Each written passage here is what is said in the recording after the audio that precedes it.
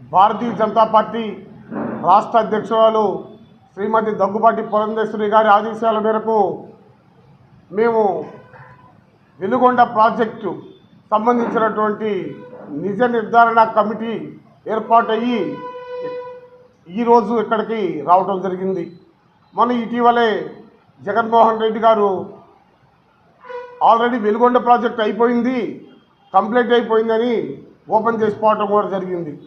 మేము అడిగేది ఒకటే, వెలుగొండ ప్రాజెక్టు పూర్తి కావడం కాదు, ఇంకా 4 సంవత్సరాలు కూడా ఈ వెలుగొండ ప్రాజెక్టు పూర్తి కాదయ్యా, మీరు అర్థం చేసుకోవాలి ఆ విషయాన్ని అని భారతీయ జనతా పార్టీ తరఫున మేము ప్రశ్నిస్తున్నాము.